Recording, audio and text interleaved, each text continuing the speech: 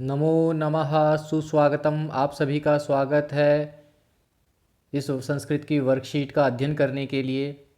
जैसा कि आप सभी जानते हैं कि कक्षा 9वीं एवं 10वीं में जो महत्वपूर्ण एक उपविषय है चित्र वर्णनम, यह 5 अंक का सीबीएसई द्वारा प्रश्न पत्र में आता है और ये एक प्रकार से निबंधात्मक या पूर्ण वाक्यात्मक प्रश्न होता है जिसमें बच्चों को उत्तर देना होता है।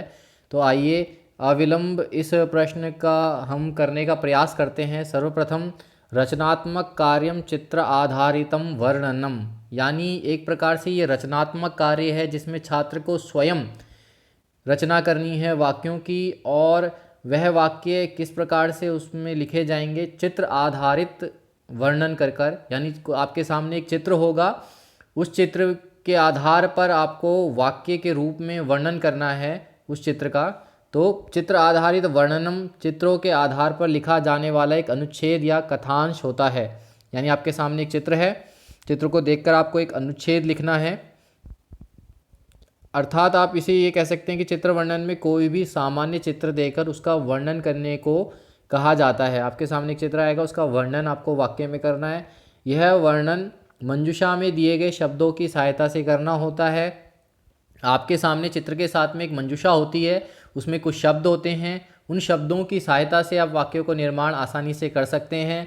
इस प्रकार इस प्रश्न का उत्तर लिखने के लिए शब्दों के वाक्य प्रयोग का गहन और निरंतर अभ्यास छात्रों द्वारा किया जाना चाहिए।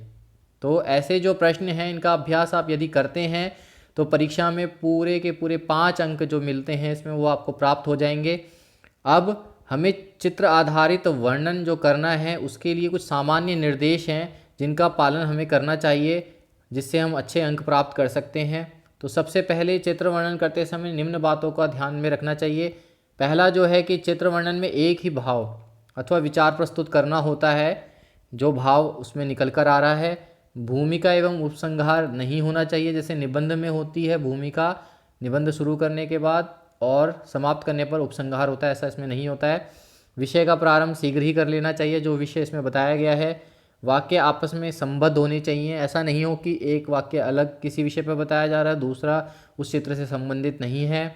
विशेषतः वाक्यों में रोचकता होनी चाहिए और भाषा सरल, सुबोध और प्रभावयुक्त होनी चाहिए। वाक्य बहुत बड़े नहीं होने चाहिए, वाक्य अधिक छोटे भी नहीं होने चाहिए। चित्र का वर्णन मंजूषा में दिए गए शब्दों की सहायता से करना चाहिए। अगर आपको वो मंजूषा से शब्द प्राप्त हो रहे हैं तो आप उससे कर सकते हैं। यद्यपि ऐसा कोई बाउंड नहीं होता है, आप अपने अनुसार भी चित्र आधारित किसी भी शब्द के आधार पर वाक्य निर्माण कर सकते हैं। मंजूषा के शब्दों का प्रयोग चित्र के अनुसार ही करना चाहिए। चित्र में जो बताया गया है वही शब्द आपको ऊपर से मंजूषा से लेकर उसी प्रकार के वाक्य निर्माण करने हैं। किसी अन्य विषय पर आपको शब्दों से वाक्य निर्माण नहीं करना है। चित्र को ध्यान में रखकर शब्दों के लिंग, वचन, पुरुष में परिवर्तन किए जा सकते हैं। यद्यपि किसी मंजूषा में अगर एक वचन का शब्द दे रखा है तो ऐसा आवश्यक नहीं है कि आप एक वचन में ही प्रयोग करें, बहुवचन में भी कर सकते हैं, वचन, पुरुष, लिंग, इस प्रकार से। और चित्र वर्णन में उसका केंद्रीय भाव अथवा शिक्षा आवश्यकता अनुसार प्रारंभ या अंत में देनी चाहिए। अगर आपको लगता है कोई ऐसा चित्र है जो कोई शिक्षा प्रद कर रही है तो आप उसमें कोई वाक्य अंत में ऐसा भी दे सकते हैं जिससे ये शिक्षा प्राप्त होती है। ऐसा करके यह कुछ सामान्य निर्देश हैं जिनका आपको पालन करना चाहिए। आइए एक उदाहरण के माध्यम से समझते हैं कि किस प्रकार से किसी चित्र आधारित जो प्रश्न है उसका वाक्य में निर्माण किया जाता है। तो सर्वप्रथम यहाँ पर आप देखेंगे, निम्नांकितम चित्रम दृष्ट्वा प्रदत्त संकेत पदानाम साहाय्येन स्वविद्यालय से विषय सप्तवाक्यानि लिखतु।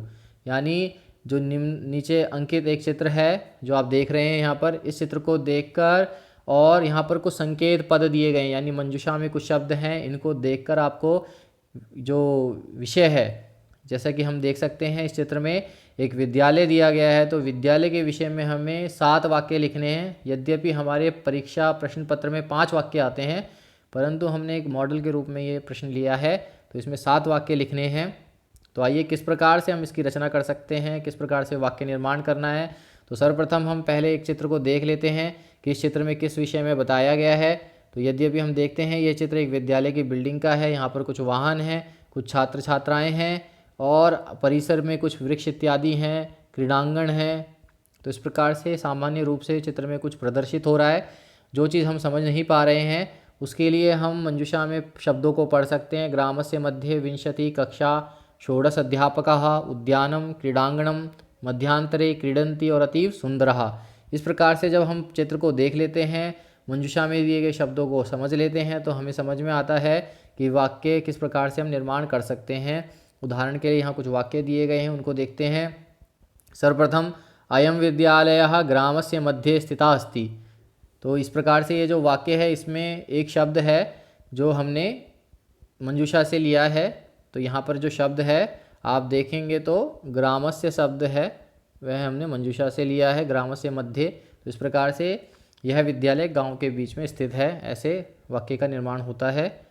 दूसरा, विद्यालये विंशति कक्षाः सन्ति। विद्यालय में 20 कक्षाएं हैं। तो जैसा कि आप देखें तो मंजूषा में भी विंशति शब्द आया था और कक्षा शब्द आया था। इसके आधार पर यह वाक्य निर्माण किया गया कि विद्यालय में 20 कमरे हैं। ना अति बहुत बड़े वाक्य हैं ना बिल्कुल छोटे वाक्य हैं। अस्मिन् विद्यालये षोडश अध्यापकाः सन्ति। इस विद्यालय में 16 अध्यापक हैं, तो षोडश अध्यापकाः भी मंजूषा में दिया गया है। ऐसे ही विद्यालय एकम उद्यानम अस्ति। विद्यालय में एक उद्यान है, तो जैसे ये बाग बगीचे दिख रहे हैं और यहाँ पर शब्द भी आया है, तो विद्यालय में एक बगीचा है। मम विद्यालय से एकम क्रीडांगणम अपि अस्ति। मेरे विद्यालय में एक खेल का मैदान भी है। क्रीडांगणम शब्द आया है और यही मंजूषा में भी दिया गया है। तो इस प्रकार से यहाँ पर जो वाक्य निर्माण किए गए हैं जो छात्र स्वयं कर सकते हैं। बालकाः मध्यांतरे क्रीडन्ति। बालक मध्यांतरे शब्द भी आया है मंजूषा में कि बालक मध्यावकाश में भी खेलते हैं। मम विद्यालयः अतीव सुंदरः अस्ति। विद्यालय शब्द भी आया है, मेरा विद्यालय अत्यंत सुंदर है। इस प्रकार से ये वाक्यों का निर्माण किया जाता है। आइए अब हम खुद स्वयं अभ्यास करके समझते हैं इनको करा किस प्रकार से जाता है। यद्यपि हमारे सामने यहाँ देखें कि चित्र वर्णन का एक प्रश्न है जो CBSE में आता है इस प्रकार से। यहाँ ध्यातव्य है कि प्रत्येक चित्र के साथ दी गई मंजूषा में प्रदत्त छात्रों की सहायता के लिए है। मतलब ये जो शब्द हैं ये सहायता के लिए है, किंतु उनका प्रयोग अनिवार्य नहीं है। ऐसा नहीं है कि इन्हीं शब्दों का प्रयोग करना है, आप किसी अन्य शब्द का भी प्रयोग कर सकते हैं। छात्र स्वेच्छा से भी वाक्य संरचना कर सकते हैं। अगर उनको लगता है कि कोई वाक्य चित्र के आधार पर बनाना चाह रहे हैं तो वो बना सकते हैं।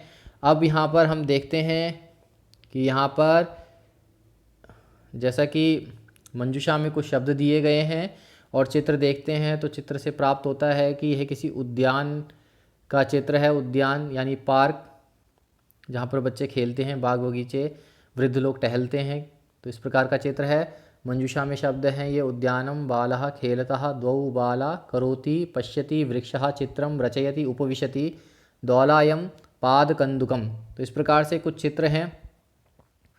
तो हम सर्वप्रथम एक वाक्य है जो इस चित्र को देखकर हम आसानी से बना सकते हैं और छात्रों को बनाना चाहिए जिससे उनको ज़्यादा मुश्किल ना आए। तो हम लिख सकते हैं यहाँ पर एतत् सुंदरम चित्रम अस्ति।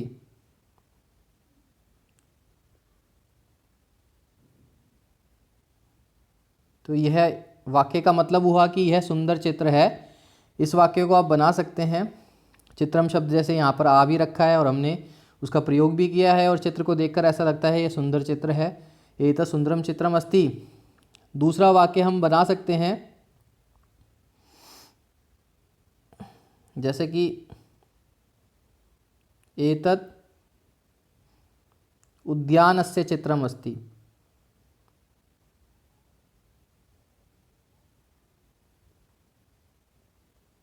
तो यह जो चित्र है ये उद्यान का है। इस प्रकार से आप यह वाक्य भी बना सकते हैं कि यह चित्र उद्यान का है। अगर यही चित्र पुस्तकालय का है तो हम लिख सकते हैं एतत् पुस्तकालयस्य चित्रम अस्ति। यह पुस्तकालय का चित्र है। अगर यहाँ पे कोई विद्यालय का चित्र होता तो हम लिखते हैं एतत् विद्यालयस्य चित्रम अस्ति। इस प्रकार से यहाँ पे उद्यान शब्द भी आ गया, हमने इसे षष्ठी विभक्ति में प्रयोग भी कर लिया है, चित्र शब्द का भी प्रयोग कर लिया है। ऐसा आप आसानी से वाक्य बना सकते हैं। आप यह भी जैसे यहाँ पे द्वौ है और बाला है तो आप लिख सकते हैं द्वौ शब्द का प्रयोग करते हुए कि द्वौ बालकौ क्रीडतः। क्योंकि दो हैं तो द्विवचन में होगा क्रीडति क्रीडतः। या फिर आप खेलतः शब्द का भी प्रयोग कर सकते हैं यहाँ पर। दोनों ही प्रयोग हो सकते हैं। इस प्रकार से 3 वाक्य बन गए हैं। चौथा वाक्य आप यह बना सकते हैं, यहाँ पर एक बालिका है जो चित्र की रचना कर रही है, और हम लिख सकते हैं तीसरा वाक्य, बालिका चित्रम रचयति, कि बालिका चित्र की रचना करती है। ऐसा ये चौथा वाक्य हो गया। और 5वें वाक्य में हम लिख सकते हैं यहाँ पर 2 वृद्ध हैं जो बैठे हुए हैं, तो आप ऐसा भी लिख सकते हैं, वृद्धौ उपविशतः, वृद्धौ उपविशतः। तो इस प्रकार से ये 5 वाक्य का निर्माण हमने शब्दों के आधार पर करा चित्र को देखकर। आइए एक और अभ्यास कार्य यहाँ पे दिया गया है। अब हम और आसानी से वाक्यों का निर्माण करना सीखेंगे उन छात्रों के लिए जिनको वाक्य निर्माण करने में बहुत मुश्किल होती है, तो हम सरलता से सीखेंगे। यहाँ पर यदि हम देखें तो यह किसी क्रीड़ांगण का क्षेत्र है, यानी मैदान है जहाँ पर बच्चे खेल रहे हैं, और शब्दों से देखकर भी पता चल रहा है खेलन्ति क्रीड़ांगणे वृक्षः बालः फुटबॉल क्रीड़ा पश्यन्ति और गृहम्।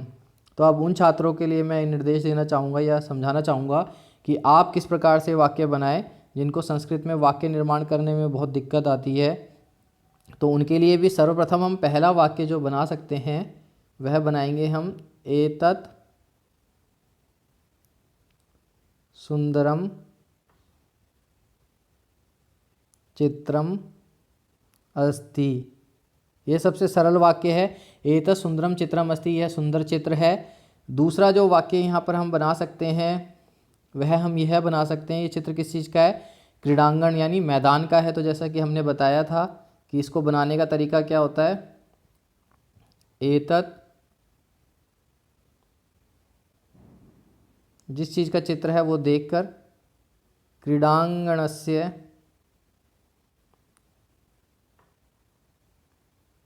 चित्रम अस्ति, यह क्रीड़ांगण यानी मैदान का चित्र है। तीसरा हम जो बनाएंगे, अब हमें किस प्रकार से वाक्य बनाना होता है ये मैं आपको बताता हूँ। हम यह बना सकते हैं कि जैसे कि यहाँ पर हमें बहुत सरल वाक्य बनाना है, तो यहाँ पर हम देख रहे हैं कि बालक हैं, तो हम बना सकते हैं अत्र बालकाः सन्ति।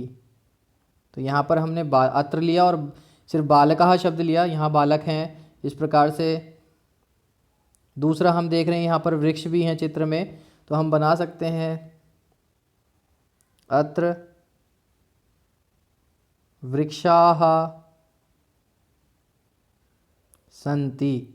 तो ये साधारण वाक्य उन छात्रों के लिए है जिनको वाक्य निर्माण करने में बहुत दिक्कत आती है, तो यह वाक्य भी आपको पूर्ण अंक प्राप्त करवाएंगे। तीसरा अंतिम वाक्य हम देख सकते हैं कि यहाँ पर एक घर बना हुआ है, तो हम ऐसे भी लिख सकते हैं अत्र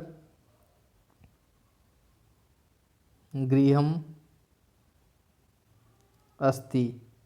यह वाक्य निर्माण उन छात्रों के लिए था जिनको वाक्य निर्माण करने में दिक्कत आती है। वह अत्र, सन्ति, अत्र, अस्ति के आधार पर शब्द देखकर चित्र में क्या है उसके आधार पर वाक्य निर्माण कर सकते हैं।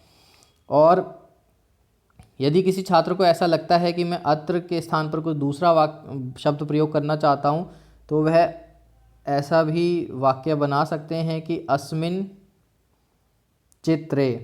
तो आप इसके आधार पर भी लिख सकते हैं अस्मिन् चित्रे वृक्षाः सन्ति, अस्मिन् चित्रे गृहम् अस्ति, अस्मिन् चित्रे बालकाः सन्ति।